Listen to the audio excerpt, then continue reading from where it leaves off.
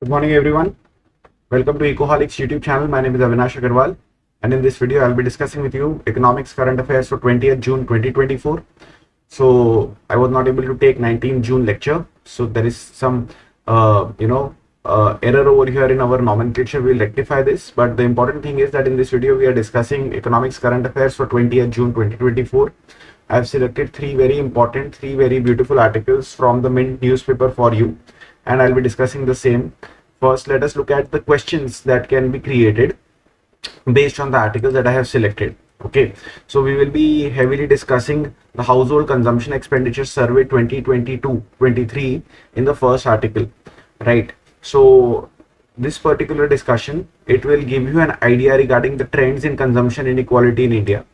It will give you a sense of how urban and rural inequality is behaving, let us say in the last 10 to 12 years based on last survey and this survey. What are the changes? We will also be looking at the impact of welfare schemes in terms of reducing inequality in India. And subsequently, we will also be evaluating the effectiveness of these welfare schemes, how well targeted they are, and how can they be made better targeted so that their impact upon A, reducing inequality, B, reducing poverty in India can be amplified. So that's going to be the takeaway from our first discussion. Second discussion will be around how India can go onto the path of data-driven decision making, right? So what are the tweaks or what are the possible reforms which are easy to implement in the short term and medium term that can be done, which can help us go down this particular road. Subsequently, we will be discussing evolution of poverty measurement methodologies in India in the third article. We will be looking at the methodology provided by Tendulkar and Rangarajan committee, and we will be revisiting the idea that we need to modify our poverty line, have a relook at our poverty line so that it better reflects the present reality. So these are the three articles that I'll be discussing with you. Let us start. So first article, as you know, is around consumption inequality, right, based on consumption survey. Okay, so let's start the discussion. We'll look at these infographics later on once we have a working understanding of what is happening in the survey. Now, we are the fastest growing major economy. We are very proud of that. Fantastic. We are rapidly expanding our infrastructure. We are very proud of our cashless payment network. We have a very robust and a very positively performing stock market. So all those things are really fantastic. Okay. We have also done a reasonably good job in terms of massive poverty reduction that we have achieved.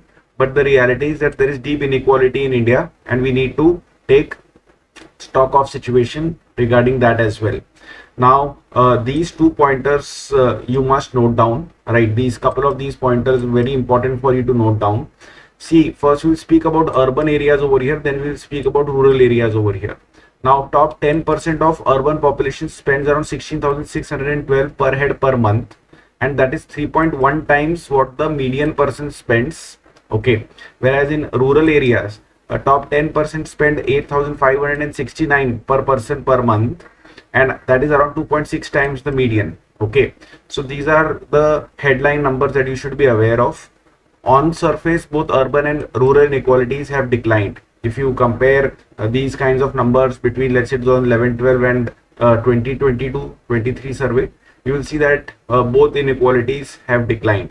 Okay, but the problem over here, like we discussed, I think in the previous week, is that there have been significant methodological changes that have been done. So the way the consumption expenditure survey is now being done, as discussed in one of the previous videos with you guys, there is a significant change. It's not exactly an apple to apple comparison.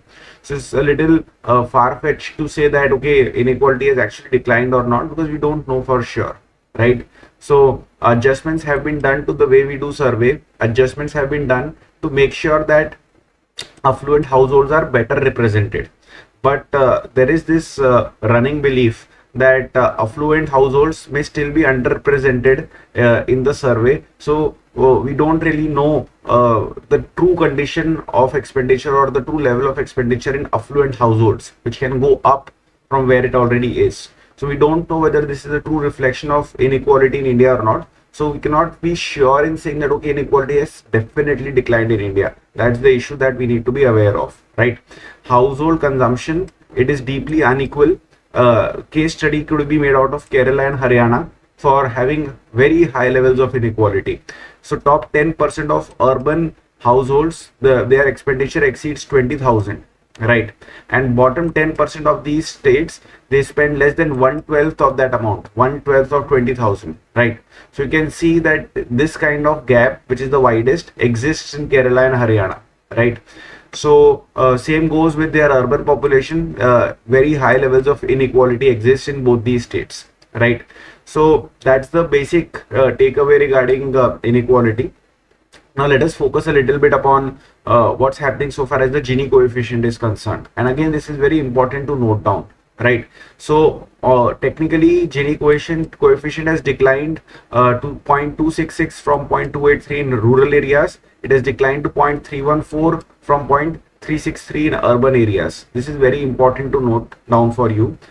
Little bit of theory. So Gini coefficient goes from 0 to 1, 0 indicating perfect equality, 1 indicating perfect inequality, right?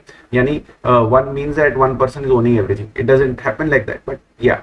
So the important thing over here is that this decline in Gini coefficient definitely must be attributed to growth, to job opportunities, to upliftment and reduction of poverty, etc. But what is the role played by India's welfare schemes, policies such as distributing free food, distributing free bicycles, distributing free laptops, distributing free mobile phones? So what is the impact of these welfare schemes upon Gini coefficient? Have these welfare schemes helped in reducing the Gini coefficient is the question. So the survey tries to answer this question. What the survey does is that it adds an imputed value, which is basically more difficult way of saying that okay, let's assume that Avinash got a mobile phone and a laptop from a government. Okay, so let's just add an imputed value of these items to account for consumption without any actual spending. Okay, without any actual spending, in the sense that assume that okay, Avinash has actually consumed these items. Okay, forget about the fact that he doesn't have the income. Let's just add this to his consumption, right? To his consumption. Of course, I have not actually spent money on it, but let's just add it to his consumption and see what that does. So what happens is that my regular spending must be at this level, but after this addition, my spending goes to this level. Okay, so there is going to be a bump up, right? So that's the gap that has been created because of the distribution of these free welfare goods. Okay, now because of this jump up in my consumption, right? We can see that there is an impact. Definitely, there is an impact in reducing inequality. So your Gini coefficient, it falls by 0.005 in both urban and rural areas after adding imputed spending. And again, this is extremely important for you to note down. Extremely important. You will not see this kind of an analysis easily or very conveniently ever again. You'll never see this kind of analysis. So please note it down. And please quote it in the examination. Whenever you are speaking about welfare schemes, they will always ask you to evaluate the welfare schemes. And the positive thing that you can say in your evaluation is that as per the household consumption expenditure survey, the inequality as measured by Gini coefficient reduces by 0.005 in both urban and rural areas because of the impact of these welfare schemes. And if you get an opportunity to elaborate, then you can elaborate the idea that even imputed value of that particular item is added to somebody's consumption, then there is a bump up in that person's consumption expenditure on paper, and that helps in reduction of inequality, right? 5 states, they have saw big impact in rural areas, 4 saw a big impact in urban areas where Gini coefficient declined by more than 0.007, which means that there is still a lot of headroom available for improving upon the impact that we can derive out of these welfare schemes. Okay, there are states or there are areas where the impact has been lower, so we can actually fine tune the schemes, see what's going wrong in those states, see what's going right in other states, and then based on that we can take an informed view. Okay, so that's a very good thing.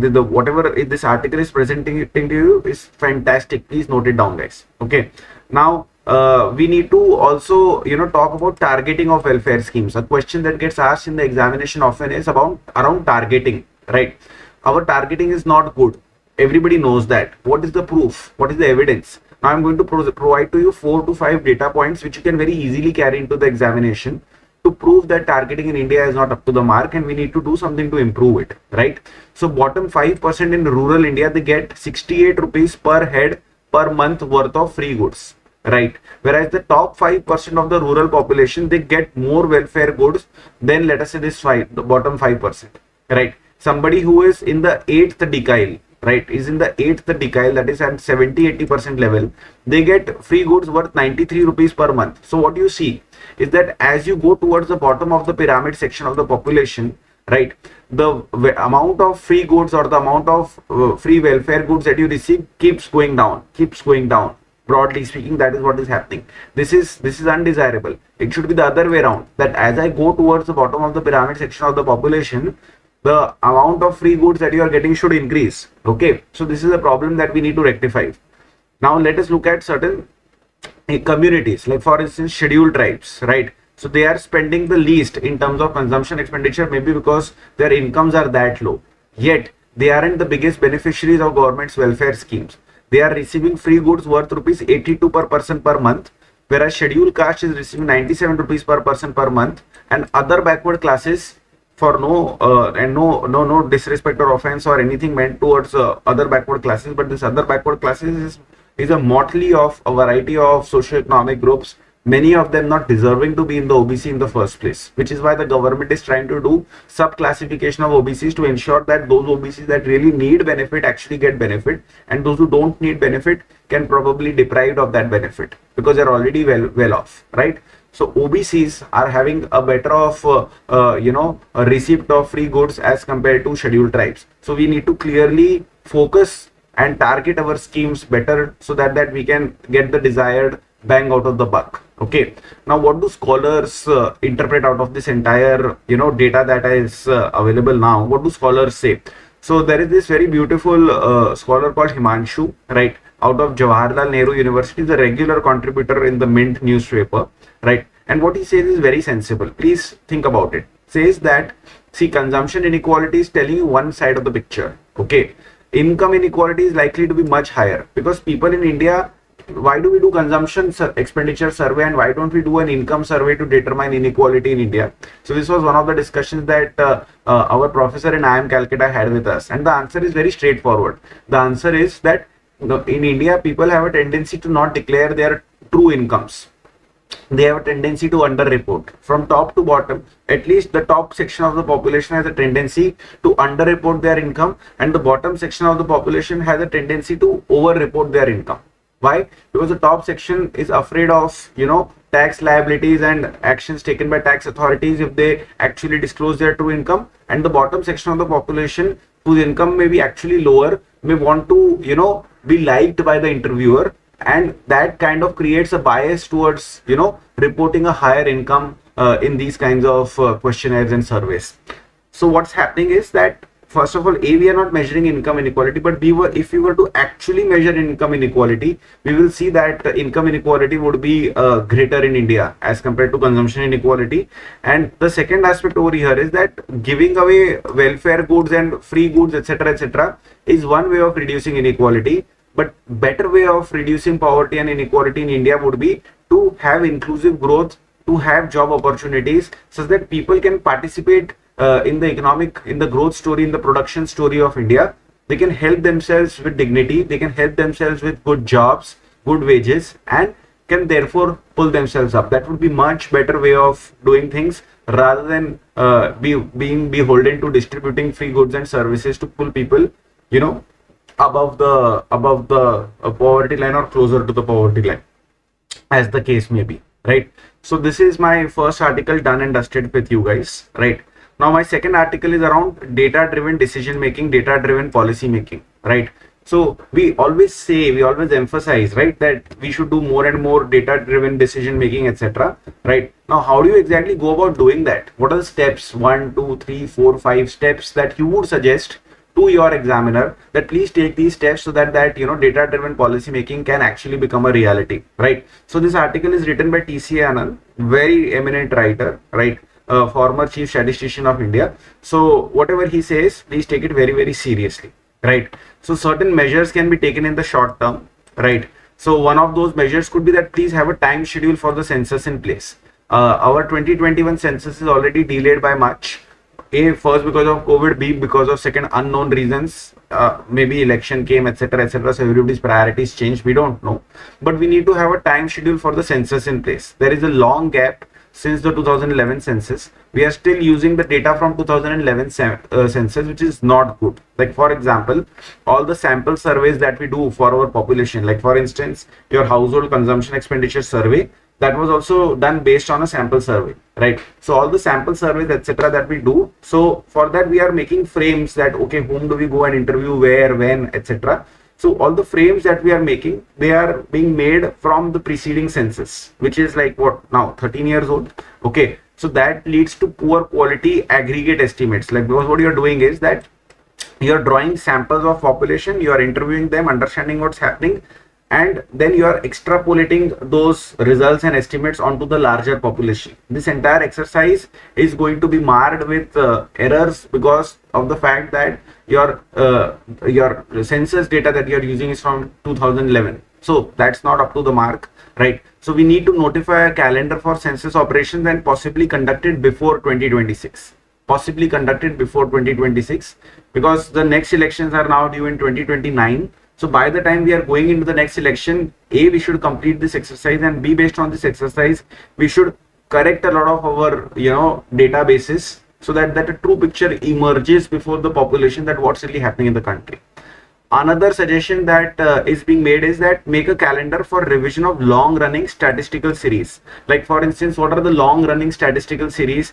Your CPI, Consumer Price Index, your IIP, that is Index of Industrial Production, your WPI, that is Wholesale Price Index, your core sector indices. These are your long running statistical series, right? So we need to revise a lot of these series because a lot of these series are still running on 2011-12 as a base year, right? Typically you basically upgrade, you modify or you update the base year every 5 to 7 years. That's typically what you do. If you're not aware of the concept of base year and don't know why we need to update base year, I can help you, but that will distract me from my discussion right now. But let me just speak 30 seconds upon this. So base year is the year in which whatever data you have is set to 100. Okay, and in every subsequent year, whatever data that you get, you compare that with 100 and you are able to see what is the growth. Like for instance, in prices, right? If I can compare next year's price with the previous year's price, which was set at 100, then I know how prices have behaved in this 1 year, and in every subsequent year, the similar logic applies, right? So we need to keep updating the base year every 5 to 7 years. Why? Because of the fact that there are macro changes that happen in an economy, right? Which is why to truly reflect the new products that are getting produced, to truly reflect their prices, we need to, let's say, upgrade the base year. That's a very quick idea of what base year is and why it needs to be updated every 5 to 7 years. Okay, so we really need to update our long running statistical series, right? And the best part is that the data available for this updation is already available. So we have the PLFS, we have the unorganized sector enterprises ka data, we have the household consumption expenditure survey ka data, right? So the idea is that we should try to update the base year, maybe make 2022, 22-23 or 23-24 as the new base year, because these are perfectly normal years. COVID is long gone in these years. Growth was back on track. Expenditure was back on track. Growth rate was back on track. There is no reason to believe that 22-23 or 23-24 cannot be a base year for years coming ahead. Okay, so that's another very important change that can be done. Okay, there are certain medium-term suggestions as well. Like for instance, now India is having a fantastic GST database which tells you at a granular level what is getting produced, which tells you at a granular level what is the value or what is the pricing of those items that are getting produced. So we can actually make fantastic use out of this GST database, right? So we must, subject this GST data to very strong, very rigorous analysis, right? It can give us a sense of what we are producing, right? It can give us a sense of how prices are behaving, right? And most importantly, this GST database should be made available to researchers. Right now it is not, so it should be made available to researchers. And it isn't as if that this data confidentiality problem cannot be solved. Like for example, Directorate General of Commercial Intelligence and Statistics, right? So it works with the custom data. It works with the customs data, and there is no confidentiality privacy problem. Things can be anonymized, they can be taken care of. So this confidentiality problem can be overcome, and it will not only strengthen India's research capacity, but it will give us a real-time insight into what's really happening in our country. Okay. Apart from that, what we also need to do is that we have now in India significant amount of administrative data, right? So for instance, Government of India is running a variety of schemes. For instance, Ayushman Bharat, PM Awas, Jal Jeevan Mission, Mudra scheme, Udyam scheme. There are so many schemes that are running. All these schemes are having dashboards. They are being monitored at a centralized level. A lot of data is getting generated from these schemes. All that data is disaggregated. That data can be unified together with your other databases and can give you a real good insight into what's really happening in your country, right? So we have been gathering rich data, but we are not putting it to a lot of good use. This data that we are collecting for these schemes, it can serve as complementary data for, let us say, National Family Health Survey, for, let us say, the kind of surveys that are done by Labor Bureau. So if we can take this disaggregated data, make it accessible to researchers, give them the ability to use it, then we could actually substitute and do away with expensive sample surveys and rather rely upon indications from this administrative database, right? So at least these 4-5 suggestions that have come out of this article should always be available with you. I'm telling you very honestly that government will not move easily upon these recommendations. So for the next 2 to 3 years at least, very safely you can keep making these recommendations in a variety of different scenarios whenever you get an opportunity, and not be looking over your back that have these recommendations actually been implemented, because things take time in India to implement, right? So a lot of these recommendations are already available with through National Statistical Commission reports.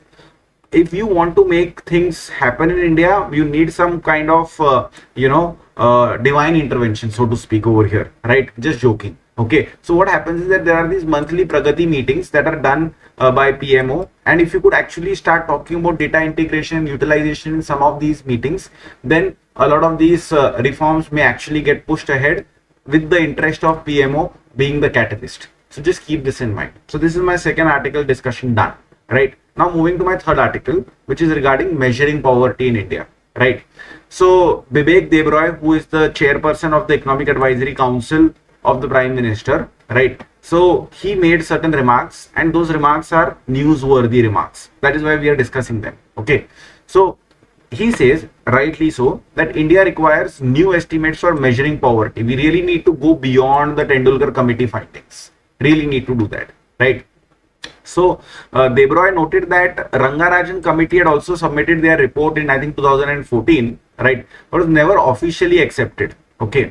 And multidimensional poverty index, which is done by an international agency, that doesn't really define a poverty line and does not reflect the situation in India as it needs to be reflected, right? So should we have a new poverty line, right? So yeah, that is the question. Okay, so Tendulkar committee, that was chaired by economist and former National Statistical Commission Chief Suresh Tendulkar. So that was established in 2005. So this Tendulkar committee was established by Planning Commission, so that we can reassess the methodology for estimating poverty. You may be aware there was Alag committee, there was Lakdawala committee. Over the last, let's say between 1962 to, let us say, 2014, Planning Commission has at least every decade appointed one high level committee to have a relook at how we are measuring poverty, etc. Right? So definitely there is a lot of scholarly work that has been done. So Tendulkar committee submitted a report in 2009, and they said that rural poverty headcount was at 41.8%, and urban poverty headcount was at 25.7%, and pan-India poverty headcount was 37.2%. What do I mean by headcount? I'm literally counting how many people are above the poverty line, below the poverty line, right? In rural setting, in urban setting, that's what I'm doing, right? So rural poverty headcount being at 41.8% means that 41.8% people in rural areas in 2004-5 were, let us say, below the poverty line. That is what these numbers mean. Okay. So in 2012, another expert group was created that was chaired by Rangarajan, who was former RBI governor at that point of time, to again have a look at poverty measurement methodology, right? So Rangarajan submitted a report in June 2014. Now they defined poverty based upon these numbers, that anybody who is living on less than 47 rupees per day in cities and anybody who is living on 32 rupees per day in villages is considered to be poor, right? And based upon this, they said that poverty is 19% higher in rural areas and 41% higher in urban areas compared to Tendulkar's estimates. So what you see is that from 2009 to, let us say, 2012, when this committee is established, right, and they come out with their report, so you see that poverty has actually risen in India. Now what has happened? Has poverty risen in India? What we have done is that we have pushed the definition of poverty line higher. Good thing. I'm not saying it's a bad thing, because Tendulkar committee and Rangarajan committee. So what Rangarajan committee does is that it says that people spend a lot more money on a variety of essential goods and services which cannot be ignored. If somebody is not having access to those goods and services in, let's say, today's times, then that person has to be considered poor. Giving this kind of an argument, giving this kind of a rationale, what the Rangarajan committee had done was that it had pushed the definition of poverty line upward, as a result of which we found a lot more people below the poverty line. That's what the issue was, right? So, so these are perennial issues, right? We have issues with our consumption expenditure survey, right? We have a lot of issues, right? But ultimately what we need to do is that we need to settle these debates, probably have a new poverty line, a new committee, have a relook at what's really happening in India. That's the most important takeaway out of this article. I'm sure that this is just the start of the debate based on his remarks right now. I'm sure that we'll get an opportunity to dig deeper going ahead into what needs to be done in India in terms of poverty estimation, etc. Right? But I hope that you learned something new from this current affairs session regarding inequality in India, regarding data-driven policy making in India, and regarding poverty estimation in India. So I hope that this was enriching for you. Thank you so much. See you tomorrow. Until then, bye bye. Take care and Jai Hind. Bye bye.